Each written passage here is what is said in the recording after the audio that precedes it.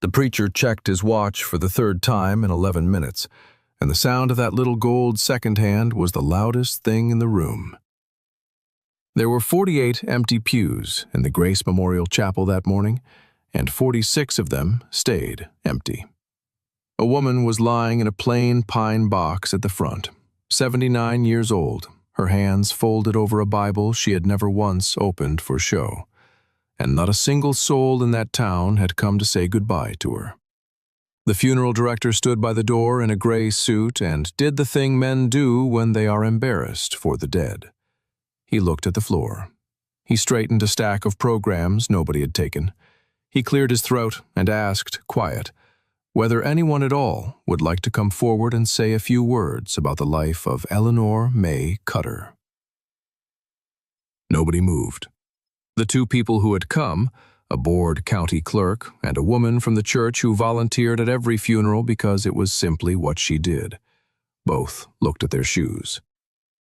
Eleanor had lived in that town for 41 years. She had fed half of it. And when she died alone in a rented room above a shuttered building, the town decided she was not worth the trip. What that town did not know, what not one of them sitting on their porches that Tuesday could have imagined, was that a phone call had already gone out 3 states away, and it had been answered by men who do not forget a debt. A long time ago, hard men used to go quiet when Eleanor Cutter's name came up in the wrong kind of room. Nobody in that chapel that morning had the first idea what was rolling toward them on the interstate. And in a little under 2 hours, 600 of them would arrive, and every single pew would be full. So sit still with me, because to understand why 600 of the most feared men in America would ride 500 miles to fill a church for a waitress, you have to understand who that waitress used to be, and what she did on a cold night 40 years ago that none of them ever paid back until it was almost too late. It did not start that morning. It started 41 years before the moment that preacher checked his watch. The diner was called the Blue Star, and it sat on the old highway at the edge of town where the new road had bypassed everything 20 years back and left the place to die slow. Eleanor had opened that diner at 5 in the morning, every morning, for 41 years. Not most mornings, every morning. Christmas, the day her husband was buried, the morning after the flood took the parking lot, 5 o'clock, lights on, coffee on, door unlocked. There were truckers who planned their whole run around getting to the Blue Star by 6, because Eleanor's coffee was the only thing on that stretch of road that tasted like somebody cared whether you lived or died.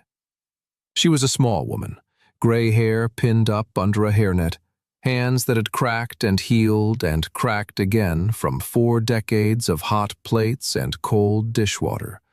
And she wore the same kind of faded blue apron every day of her working life, washed so many times the star on the pocket had gone almost white. She never raised her voice. When Eleanor spoke, and she did not speak much, people leaned in without meaning to. She had a rule, and everybody who ate there long enough learned it. If a man came in and he was hungry and he had no money, you fed him anyway, and you did not make him feel small about it. She never wrote it on a sign, she just did it, plate after plate, year after year. A $2 breakfast of eggs and toast and coffee handed across the counter to men who could not pay, for 41 years. $2. That is the number I want you to hold on to, because that $2 breakfast is the whole story, and that is the reason 600 men were on the road that morning. Now let me tell you about the boy she hired the last year of her life, because he is the one who found her, and he is the one who made the call. His name was Danny. He was 23 years old, and he had come to town running from something he never once explained, and Eleanor never once asked. He had showed up at her counter with holes in his boots and a look in his eye like a dog that has been kicked enough times to expect it. She had fed him. Then she had handed him an apron and a key to the front door and told him he started at 5. That was it. No interview, no questions, no lecture. He learned early in his life not to trust anybody quick, and she never gave him a reason to be right about that. She never once shouted at him. When he broke a whole tray of glasses his first week, hands shaking, waiting for the yelling that had always come before, she just handed him the broom and said, "The floor's yours," and poured herself a cup of coffee and let him work. He would have died for that woman by the second month. He did not have the words for it, but he knew, the way you know weather coming, that Eleanor Cutter was the only person in his whole life who had ever looked at him and seen a man worth the trouble. That's the part everyone wants to skip past. The part where I tell you what she did 40 years back. So let's slow down, because you need to understand exactly who Eleanor Cutter was before you understand why they came. Her husband's name was Ray Cutter, and on the wall of the Blue Star, behind the register where the grease never quite lets you read it clean, there was an old photograph in a cheap frame. It showed a young man on a motorcycle, black and white, squinting into a sun that set 40 years ago, and beside him, a young woman with her hair down, laughing at something outside the frame. Nobody in town ever asked about it. To them it was just an old picture of the old couple who ran the diner. What none of them knew was that Ray Cutter had been somebody, out in the world, a long time before he settled down behind a coffee counter. Ray had ridden with a club, not a weekend club, the real thing. And Eleanor had ridden right there behind him for 11 years before the two of them hung it up and bought a diner on a dying highway, and never once told a soul in that town where they came from.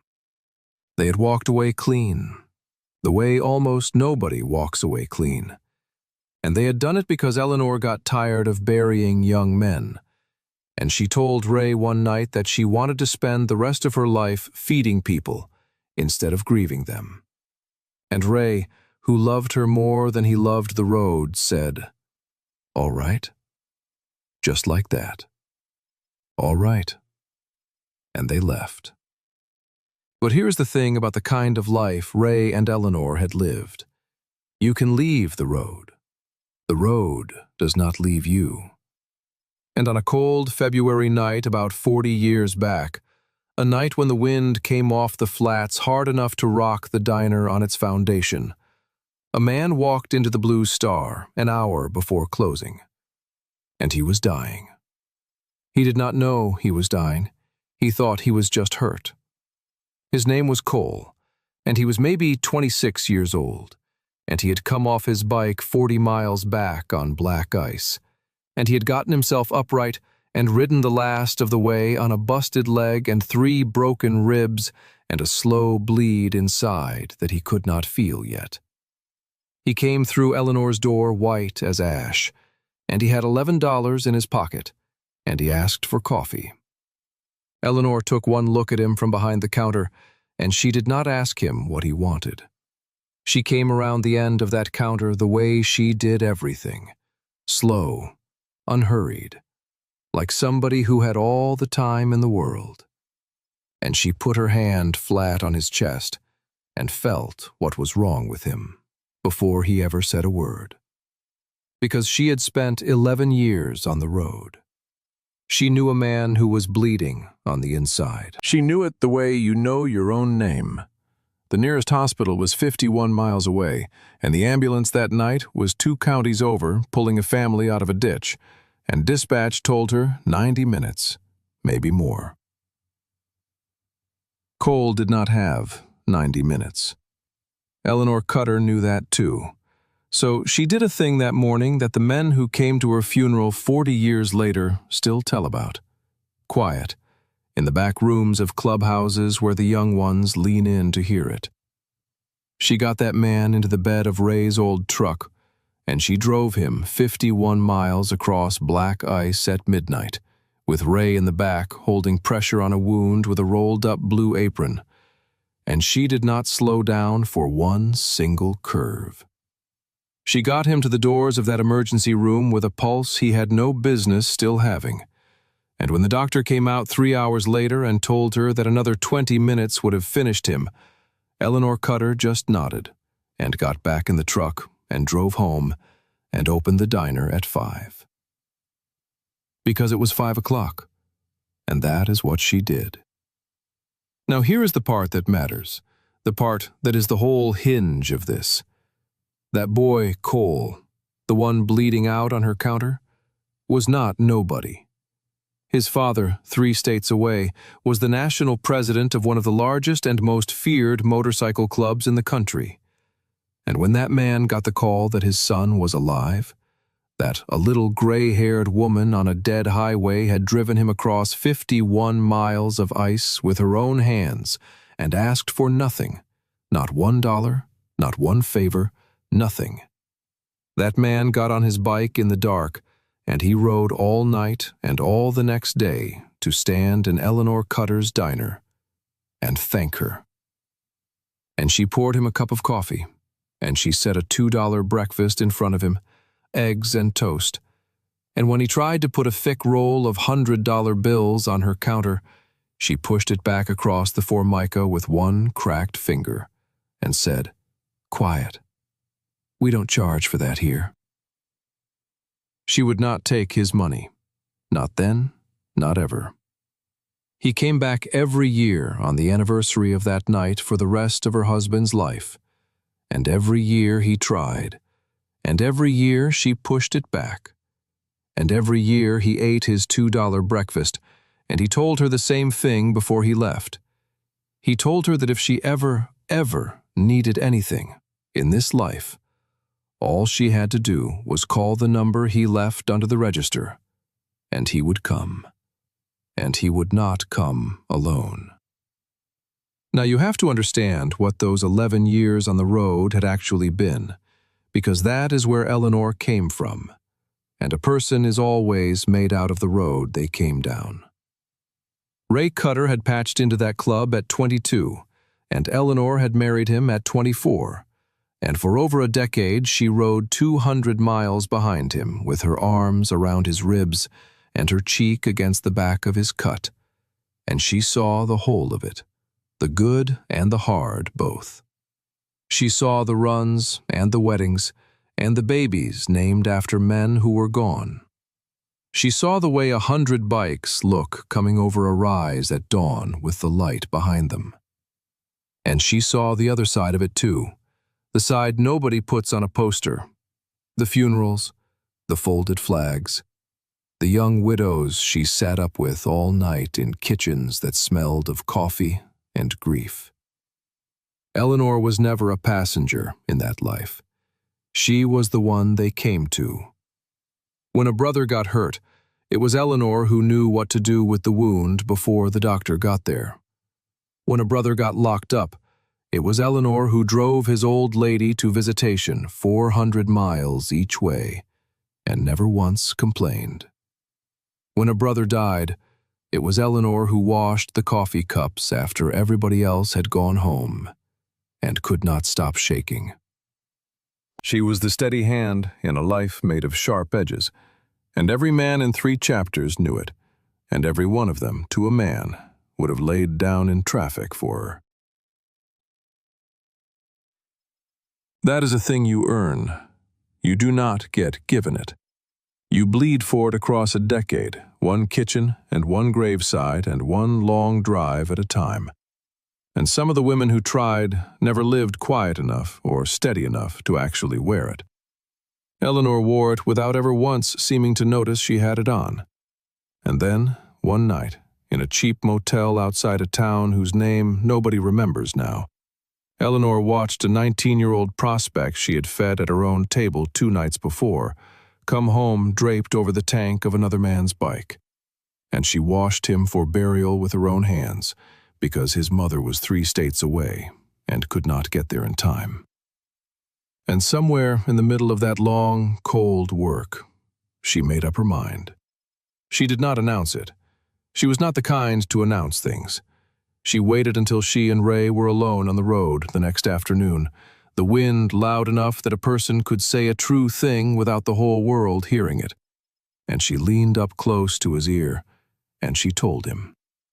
She said she was done burying boys. She said she wanted to spend whatever years God gave her feeding people instead of grieving them. She said it slow, one piece at a time, the way you say a thing you need to hold. I want to feed people, not bury them. And Ray Cutter, who had ridden at the front of columns and stared down men who scared the devil himself, listened to his wife say that, and he was quiet for about 11 miles. And then he reached back with one hand and squeezed her knee, and he said one word into that wind. All right? And that was the whole conversation. That was how two people walked away clean from a life almost nobody walks away from clean. Not with a fight, not with a betrayal. With a woman washing a dead boy for his mother, and a man who loved her enough to say, all right. They found the Blue Star 6 months later, a squat brick box on a highway that was already starting to die, and they bought it with everything they had and a handshake loan from a man Ray never named. Ray hung a photograph behind the register, the one of the two of them young and squinting into a sun 40 years gone. And he never told a single customer what it was a picture of. He hung his cut in a closet in the back, and he shut the door on it, and he put on an apron, and he learned to cook eggs the way Eleanor liked them, and the two of them poured coffee for truckers and drifters and school kids for the rest of the years they had together. Nobody in that town ever knew. That was the point. They had not run from the life because they were ashamed of it. They had set it down on purpose, the way a strong man sets down a heavy thing he has decided he does not want to carry into the next room. And they built a quieter one on top of where it used to be. But here is the thing that matters, the thing Cole's father understood the first morning he ate a $2 breakfast at that counter and could not make her take his money. You can leave the club. You never stop being who the road made you. And the man Eleanor married, and the woman Ray married, had earned something out there that does not expire and does not fade, and does not care one bit how many years go by or how quiet you get. They had earned the kind of standing where, if you ever needed it, 600 men would drop everything they were doing and ride through the night to stand at your shoulder. Eleanor knew she had it. She just decided that cold night in a motel that she was never going to spend it on herself.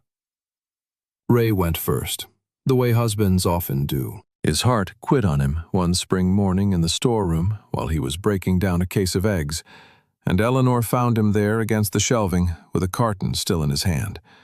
And she did not scream, and she did not fall apart, because she had washed too many good men to fall apart at the sight of one more.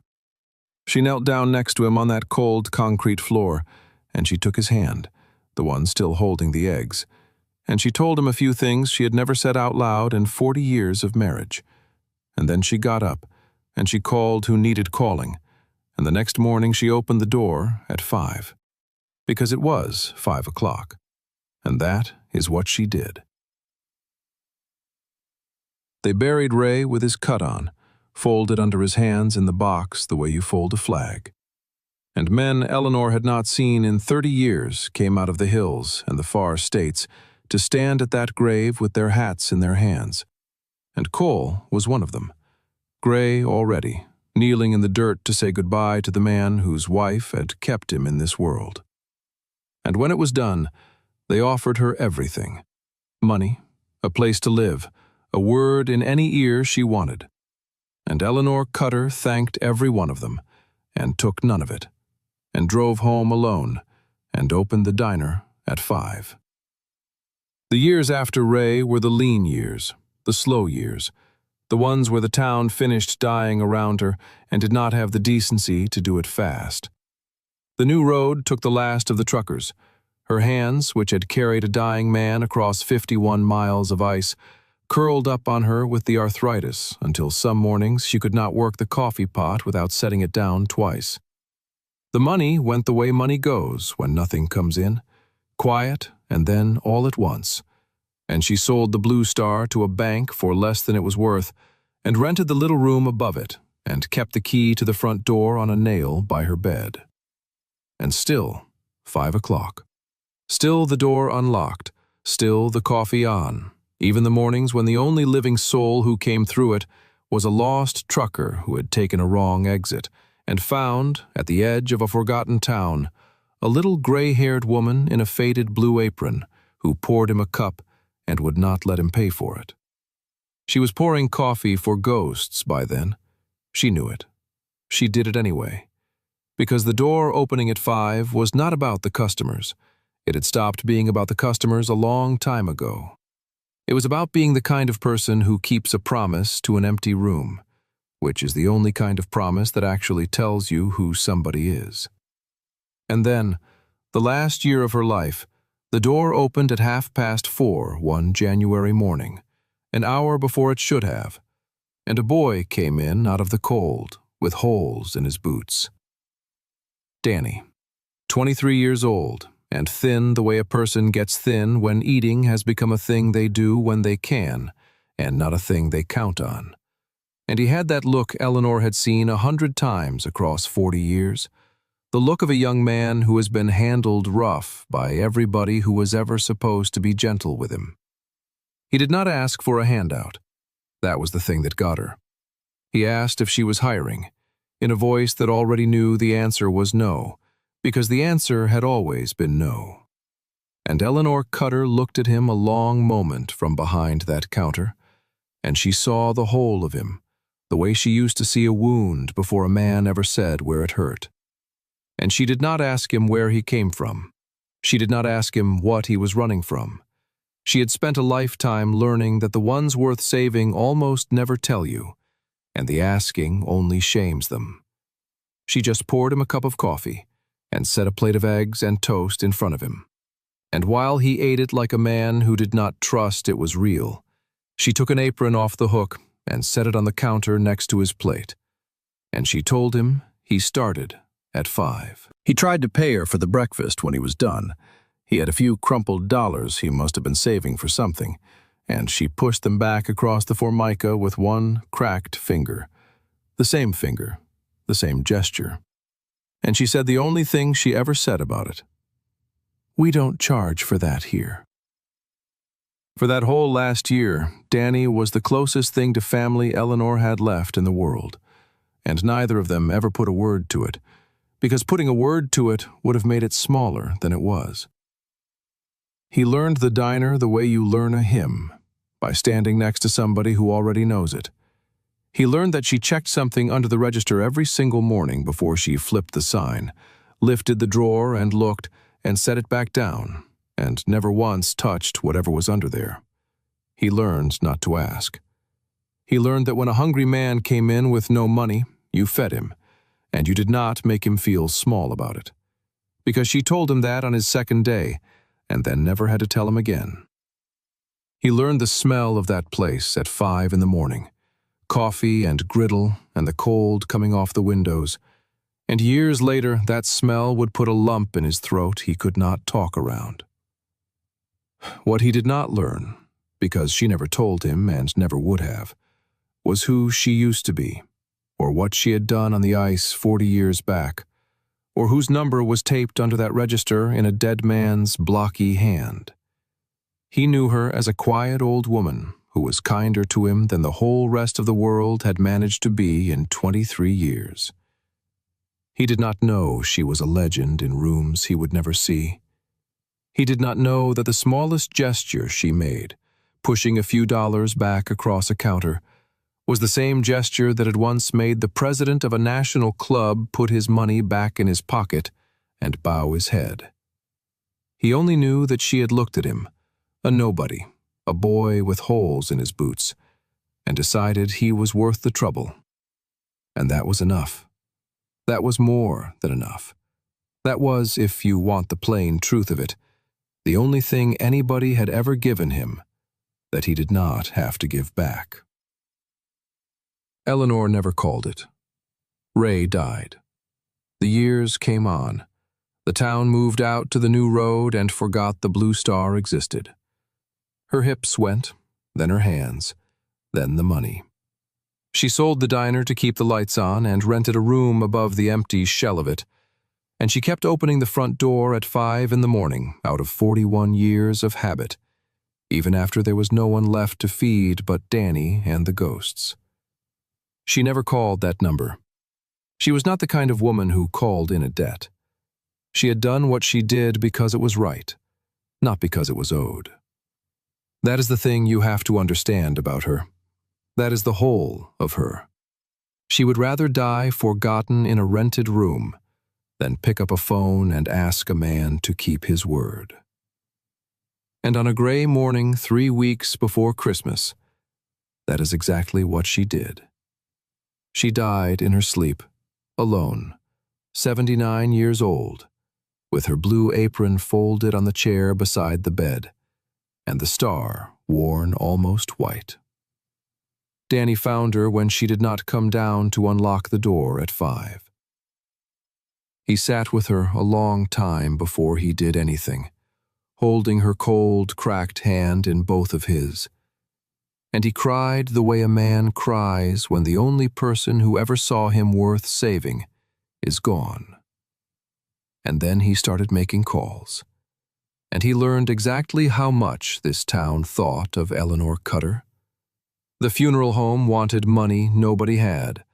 The church could give her a Tuesday slot at 9, the slot nobody wants. And when Danny went door to door, to the truckers and the townsfolk and the men who had eaten free at her counter through hard winters, asking would they come? Would they just come and sit? He watched them look at their shoes and mumble about work and weather and being real busy that day. 41 years she fed that town, $2 breakfasts by the thousand, and they would not give her 1 hour on a Tuesday morning. Danny stood in the empty diner that night with his heart breaking and his fists shaking, and he did not know what to do. And then he went to the register, and he lifted it up the way he had seen her do it 100 times without ever asking why. And there, taped to the underside, yellow and soft with 40 years of age, was a scrap of paper with a name and a phone number in a man's blocky hand. Danny did not know what it was, but he had watched her check under that register every single morning for the year he worked there. Check it and never touch it, the way a man checks that a thing is still where it should be. So he took it down, and he sat on the floor of that dark diner, and he dialed the number. And a voice on the other end answered on the second ring. Danny said, "My name is Danny.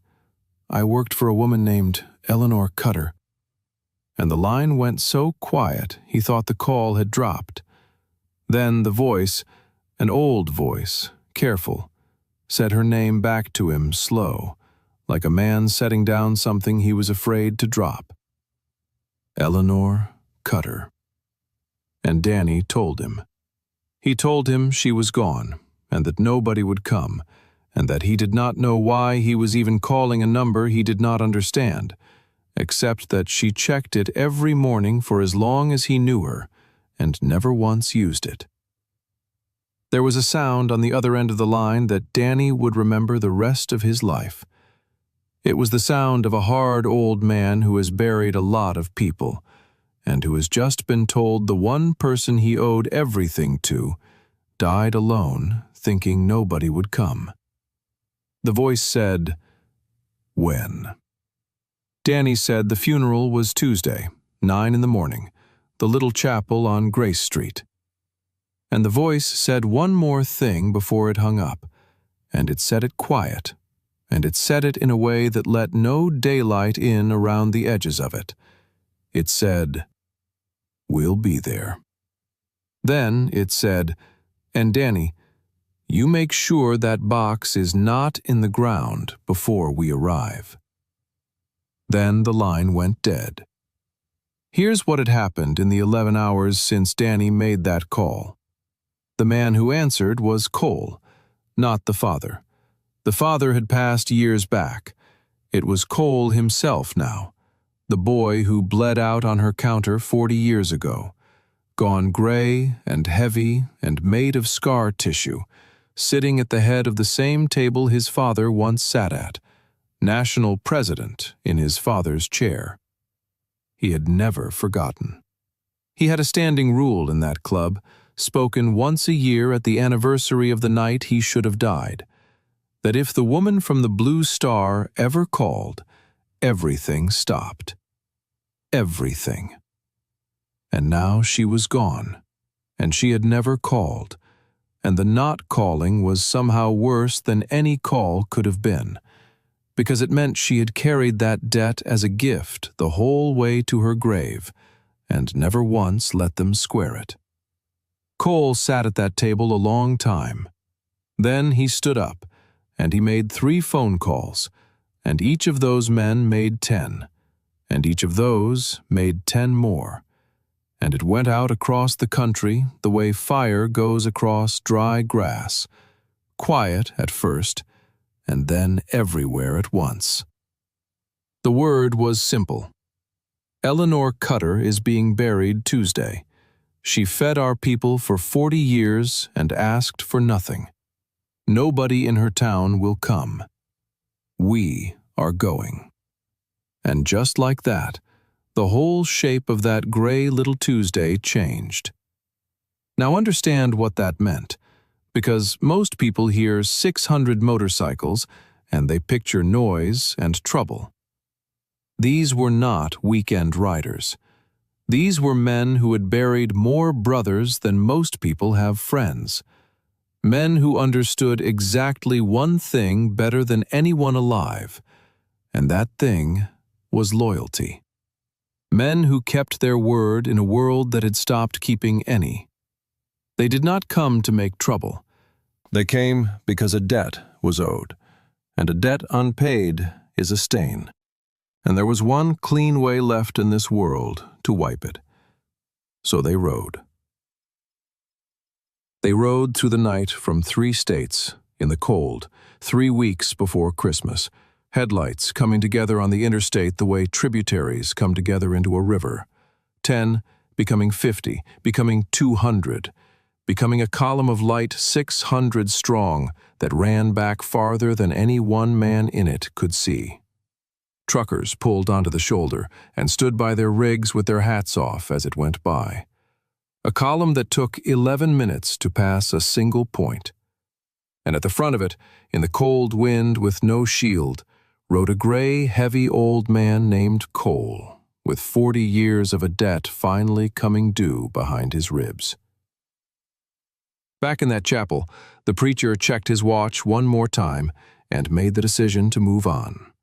He opened his little book, and he began the words he says over everyone, the words that mean nobody special, the words for a person no one will miss. And Danny, sitting alone in the front pew in the only suit he owned, which did not fit him, stared at that pine box and prayed to a God he was not sure he believed in, that the phone call had been real, that the quiet voice had meant it, that 500 miles of dark road would open in time. He had told the funeral director to wait. The director had looked at the 2 mourners and the empty room and told Danny gently that there was nobody coming, son, and that it was time. And that is the exact moment. That is the moment I want you to hold. The preacher's mouth open on the first hollow word. Danny's fists white on his knees. 46 empty pews. A woman who fed a town for 41 years lying alone in cheap pine. And the whole cold weight of a place that had decided she did not matter, pressing down on that little room like a hand on a coffin lid. And then, far off, under the preacher's voice, so low at first that only Danny's young ears caught it. There was a sound. It came up out of the south like weather. The preacher heard it and stopped. The county clerk heard it and lifted her head. It was a low, rolling thunder with no lightning in it, a sound that came up through the soles of your shoes before it ever reached your ears. And it did not fade the way a passing truck fades. It grew. The funeral director walked to the front doors and pushed one open, and the sound rolled into that chapel like a tide, and his face changed. And he did not say anything. He just held the door. Danny got up off that pew and walked down the aisle past him and out onto the front steps. And what he saw dropped him to sit down right there on the cold stone. Coming up Grace Street, filling it curb to curb, so far back that the end of it was lost around the bend a half-mile off, was a river of motorcycles. Chrome and black and gray breath in the cold air. Headlights on in the daytime the way you ride for a funeral. Riding two abreast, slow, unhurried. 600 of them. Engines idling low in a sound like the earth clearing its throat. And they were not stopping. They just kept coming and coming and coming, until the whole town had come out onto its porches to see.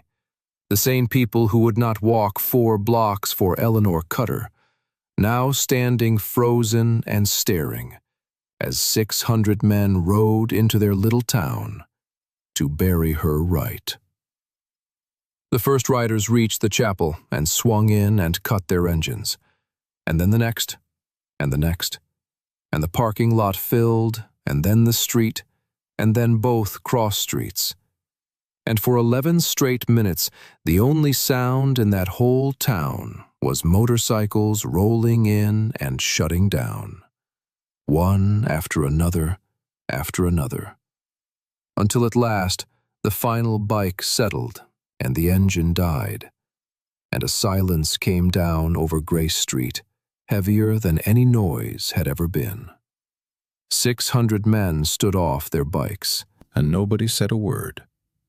They took off their gloves, they took off their sunglasses, and at the front of them all, one gray, heavy old man walked up the chapel steps, slow, favoring one leg that had never healed right from a night 40 years ago. And he stopped in front of Danny, sitting there on the cold stone, and he reached down one enormous scarred hand and pulled the boy up onto his feet. Cole looked at him a long moment. Then he said, quiet, "You're the one who called?" Danny nodded, not trusting his voice. And Cole said, "You did right, son. You did exactly right. Now let's go see her." He walked into that chapel, and behind him they came, filling it. 48 pews, 600 men. They filled every pew shoulder to shoulder, and then they lined the walls 3 deep, and then they filled the vestibule. And then they stood out the doors and down the steps and into the street, hats in their hands, heads bowed. And the little preacher who had been about to bury Eleanor Cutter for nobody stood at his pulpit and looked out at a sea of the hardest faces he had ever seen in his life. Every one of them silent. Every one of them there for her. He looks down at his little book of words for people nobody will miss. And then he closed it. Because those words were wrong now. Those words had always been wrong. Cole walked up to the front, past the preacher, and he stood over the plain pine box a long time. He put one hand on the lid of it, gentle, the way you would touch a sleeping child, and the whole chapel watched a man built out of 40 years of scar tissue stand there with his shoulders shaking, saying nothing, saying everything. And then he turned around and he faced them. And he faced the town crowded now at the doors and the windows, drawn by the impossible sight of it. and he began to speak. He said, "My name is Cole. 40 years ago I came off a bike on the ice out on the flats, and I rode into a diner on this highway with 3 broken ribs and a bleed inside me I could not feel. And I had $11 in my pocket, and I asked a little woman in a blue apron for a cup of coffee." He said, "She did not give me coffee. She put her hand on my chest, and she felt me dying. And she loaded me into a truck, and she drove me 51 miles across black ice in the dark, without slowing down for one single curve. And she saved my life with her own 2 hands. And when my father came the next day with more money than most of you will ever see, to thank the woman who kept his only son in this world, she would not take $1 of it. She fed him eggs and toast. She charged him $2, and she said, 'We don't charge for that here.'" The chapel was so quiet you could hear the cold ticking in the radiators. Cole looked out at the town in the doorway, and his voice did not rise, it went lower, and somehow that was worse. He said, "Eleanor Cutter fed this town for 41 years. She fed my people, riders, drifters, truckers, men everybody else spit on, for 40 of them. And she never once asked to be paid. And she never once asked to be thanked. And she never once called the number my father left under her register, not when her husband died, not when her hips gave out, not when she lost the diner, not when she was hungry, not when she was alone. 41 years in this town. And when she died, not one of you would come." He let that sit. He let it sit until it hurt. Then he said, "So we came. We rode 500 miles through the night to fill these pews, because a woman like that does not go into the ground with empty seats behind her. Not while there is one of us left drawing breath. She was one of ours. She was always one of ours. And this town is about to learn what that means." Then Cole did a thing nobody expected. He looked at Danny, standing there in his suit that did not fit, and he said, "Come up here, son." And when Danny came up, shaking, Cole put a hand on his shoulder and turned him to face the room, and he said, "This boy sat with her for a year. He is the only one in this whole town who called. He is the only one who did not look at his shoes." And Cole reached into his cut, and he took out a folded blue apron, worn soft, the star gone almost white, the one Danny had left folded on the chair beside her bed. And Cole must have had one of his people gather it, and he pressed it into Danny's hands with both of his, gentle, the way you hand a man something that cannot be replaced. And he said, quiet, so only the front pews heard it, "This is yours now. You keep her door open. 5 o'clock. You understand me?" And Danny, who had never in his whole hard life been given anything but grief, held that faded blue apron against his chest with both hands, and could not speak, and did not need to. Now, you would think that was the end of it, that they buried her and rode home, and that was the whole of the story. But Cole told that town it was going to learn what she meant, and hard men keep their word about that, too. Here is what happened in the 3 weeks after they put Eleanor Cutter in the ground, with 600 men standing at attention around the hole in the cold. Cole did not leave right away. He stayed, and 100 of them stayed with him, and they did not make trouble, not one broken window, not one raised voice, because that was never their way, and it was surely not hers.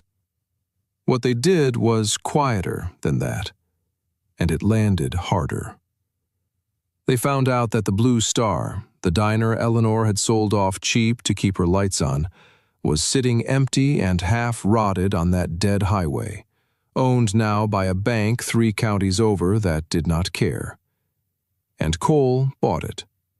He bought it outright the week of the funeral, and he put a crew of his own men on it, welders and carpenters and mechanics, the trades, men who worked with their hands the way she had.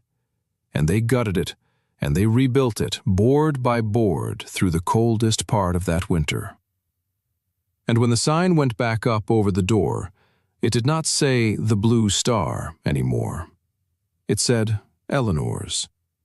And below the name, painted small, where a man would have to come close to read it, it said, "We don't charge for that here." They put Danny behind the counter. They put the old black-and-white photograph of Ray and Eleanor back on the wall behind the register, cleaned up now, in a real frame. And they made one rule, the only rule, painted on a card by the door. If a man comes in hungry and cannot pay, you feed him anyway, and you do not make him feel small about it. And every year, on the anniversary of the night a boy bled out on that counter and a little woman drove him across the ice, riders come off the interstate and fill that parking lot. And they eat eggs and toast, and they put $2 on the counter. And Danny pushes it back across the formica with one finger and says the thing she taught him to say. "We don't charge for that here."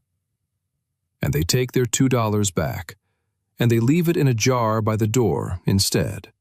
A jar that feeds every hungry man who comes through for the rest of the year. And that jar has never once run dry. The town changed after that. Not fast. People do not change fast. But you cannot watch 600 men ride 500 miles to honor a woman you would not walk 4 blocks for, and stay the same person you were. The church volunteer who had come out of duty started coming to Eleanor's on Sundays. The truckers came back. The porch sitters who had looked at their shoes came in, one at a time over that long winter, quiet, ashamed. And they ate, and they put more than $2 in that jar, and nobody said anything about before, because that was not the way of the place.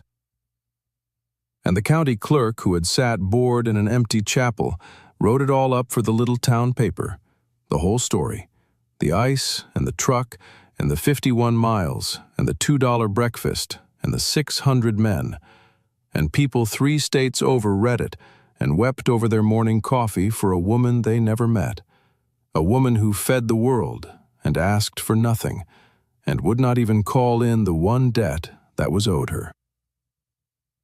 Cole came back every year until the year he did not, and then his son came, gray already himself, and sat at the counter where his father had bled, and ate eggs and toast, and pushed his $2 into the jar. Danny ran that diner for the rest of his life. He opened the door at 5 in the morning, every morning. Not most mornings, every morning, the way she taught him. And he wore a faded blue apron with a star gone almost white, the one she left folded on the chair. And he never once charged a hungry man, and he never once made anyone feel small. He kept a seat at the end of the counter empty, always empty. He never let anybody sit in it, and when the new ones asked him why, he would just look at that old photograph on the wall and say, "That seat's spoken for." And he would not explain it. He did not need to. Think back for a moment to where this whole thing started. A cold chapel, 46 empty pews, a preacher with his little book of words for people nobody will miss, about to say them over a woman in cheap pine that a whole town had decided was not worth an hour of a Tuesday. It looked, in that first moment, like the plainest and saddest thing in the world. A person who gave everything, forgotten. The strong forgetting the good. The world doing exactly what the world too often does, which is to let the quiet ones go into the ground unremembered. But that is the thing about the quiet ones. The quiet is not the same as small. Sometimes the quiet is a choice made by somebody who has already been everywhere the loud road goes and has decided, on purpose, to spend the rest of her days feeding people instead of burying them. Eleanor Cutter never called that number. She carried a debt the whole way to her grave as a gift and would not let anybody square it, because she never once believed she was owed a thing for doing what was right. And that is exactly why they came. That is exactly why 600 of the hardest men in this country rode 500 miles through the cold to fill every pew. Because a debt of kindness does not expire. It waits. And when the person who is owed it will not ever, ever call it in, that is precisely when the men who owe it will move heaven and earth and 500 miles of dark highway to pay it anyway, in full, with interest, in front of the whole watching world. What that town should have seen, all those years she stood behind that counter in her worn blue apron, was not a forgettable old woman running a dying diner on a dead road. What they should have seen was somebody who had set down a hard and dangerous life a long time ago, on purpose, and picked up a coffee pot instead, and chosen to spend 40 years being kind to people who could do nothing for her in return. They did not see it, but 600 men did, and in the end, the empty seat at the end of that counter, kept clean and spoken for and never used, sat there year after year, the way a thing you love sits after it is gone. Not forgotten, just no longer here. And every rider who came through and asked about it and got no answer understood, without being told, that some debts are so large, the only way left to pay them is to keep the door open and keep the coffee on, and never once charge a hungry man for as long as you draw breath. I want to leave you with the part that actually matters, because the 600 motorcycles, as much as that image stays with a man, are honestly the least of it. The part worth sitting with is the 40 years before any of them came, the 5 o'clock mornings nobody clapped for, the $2 breakfasts handed across a counter to men who could not pay and got treated like they could, the debt she carried her whole life and would not let anybody lift off her shoulders. That is the real story. The funeral was just the world finally catching up to what she had been all along. So let me ask you something, and I read every single answer, so tell me true. If you had been sitting in that chapel that morning, in one of those empty pews, before the sound came up out of the south, would you have gotten up and said a few words for a woman you owed nothing to? Or would you have looked at your shoes, like the rest of that town? Sit with that one honestly. It is a harder question than it looks. If you are new here, this is the kind of story we tell, the kind about quiet people the world underestimates, and the kind of debts that get paid back in ways nobody sees coming. Stay a while. There are 2 more stories waiting for you right there on the screen, both of them about people who kept their word when it would have been easier not to. And thank you, genuinely, for caring enough about a little gray-haired woman in a blue apron to sit all the way to the end. She would have poured you a cup of coffee for that, and she would not have charged you a dime.